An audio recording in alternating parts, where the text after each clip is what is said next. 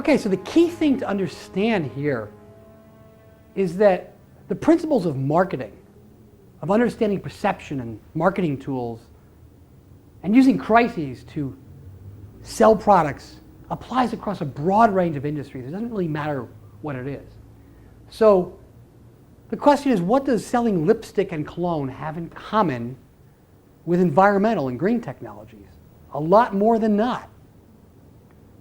In the case of global warming, we're using an existing crisis and we're using it to sell products. But it's really important that we have to use our marketing principles to sell the whole concept. Now, is there global warming or not? It's a very complicated issue. Is the temperature rise caused by us? Does the rise in CO2 raise temperatures, or is it the other way around? Are ice shelves melting in one place but forming in others? Studies are biased. What are the best technologies? Information indicates that the probability of there being global warming is 85%. But let me tell you something that is 100% probability, is that we're going to make money off of it. That is a certainty. So the studies need to stay on message. Now, a lot of the technologies that are being deployed make sense, and a lot of them really don't make sense. But they're all going to make money. The idea is to keep it very, very simple. We're not going to address the complicated issues of the technologies, what works, what doesn't, is there not global warming. In the press, we got to keep it very, very simple. The idea is people are jumping on this bandwagon because most people are really focused on themselves.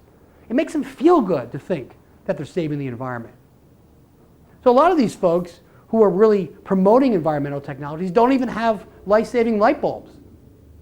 But they feel like they're helping to save the environment. The herd and the packs are going after this technology, and that we can really take advantage of that. So important tactics are use classic marketing and advertising, stay on message, lobby for regulation so we know where to invest our money, invest in patents and intellectual property, and here is the key important one. Do not measure the results. Focus on the amount of money that's spent, laboratory results, and sexy technologies. Keep the engineers, again, out and scientists out of management. We don't want to know whether or not these technologies actually are saving the environment and reducing carbon emissions and that kind of thing. Let's keep it very, very simple. And the beauty of the green technologies is that there's a lot of secondary benefits here. Everybody wins. What's happening is right now we can create an economic bubble, another economic bubble, which we sorely need. Lots of great investment opportunity. It makes third world products less competitive. It actually reduces the growth rate of the third world and prevents a shift of resources and a meltdown from getting worse. It increases our margins, our differentiation. Media and consumers love it. It's sexy. It's actually a very good bonding mechanism for the country to bond around an election platform. And anybody who criticizes it loses the moral high ground. You don't care about the environment. You're asking too many questions. And the irony is the opposite is actually true. But we here as orchestrators, we can't be in denial. We can't drink our own Kool-Aid. We have to be very clear which technologies make sense and which don't. We're going to market both of them. But we have to manage our risk. We have to claim we didn't know on some of the other technologies. So let me give you some examples of areas where we need to be very careful. There's a lot of technologies that require the power grid. Now in the United States, 85% of our power comes from coal, from fossil fuels, where in France and Switzerland, it's almost zero. It's mostly nuclear and hydroelectric. So anything that involves the electric grid makes sense in France and in Switzerland, but does not make sense in the United States. Again, too complicated to put into the press. So for example, electric buses are terrible for the environment, but they have the illusion of being good for the environment. Same with electric cars. Hydrogen fuel cells are really, really good technology because they don't compete with oil, but they create the illusion of saving the environment. Great opportunity, a lot of funding in them.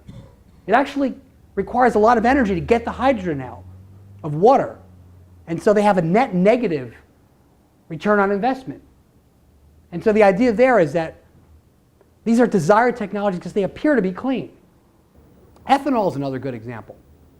Is that ethanol requires energy to process it. It's actually bad for the environment. It raises the carbon footprint. It has an impact on the food supply. But the bottom line is, we get votes from it. Senators in the Midwest wanted ethanol. The electorate wanted ethanol. There was no way we were going to describe this complicated scenario. We created the illusion of doing something and we made money at it. Another example is hybrid technologies. What about the lead batteries? What about the strip mining? Keep that out of the press. Any of that information, don't even look at it. Because the idea here is that you want to use plausible deniability to get that upside without the downside. And so people wonder, does this make sense? Well, it makes a lot of sense because we are saving the environment. Some of the technologies don't work. It's incredibly inefficient. But what's the alternative? The alternative is to take all of these complicated issues, try to address them in a public forum, and then nothing will get done. It's our job here to ensure we have a return on investment and to promote the use of global warming, but to keep it really, really simple in the press, and then to understand ourselves which of these technologies are at risk in terms of people finding out that they're really bad for the environment. And so that's the key, is to really understand and take yourself to that level and don't get distracted by the details that the scientists and the engineers are interested in. The key is to remember it's about marketing.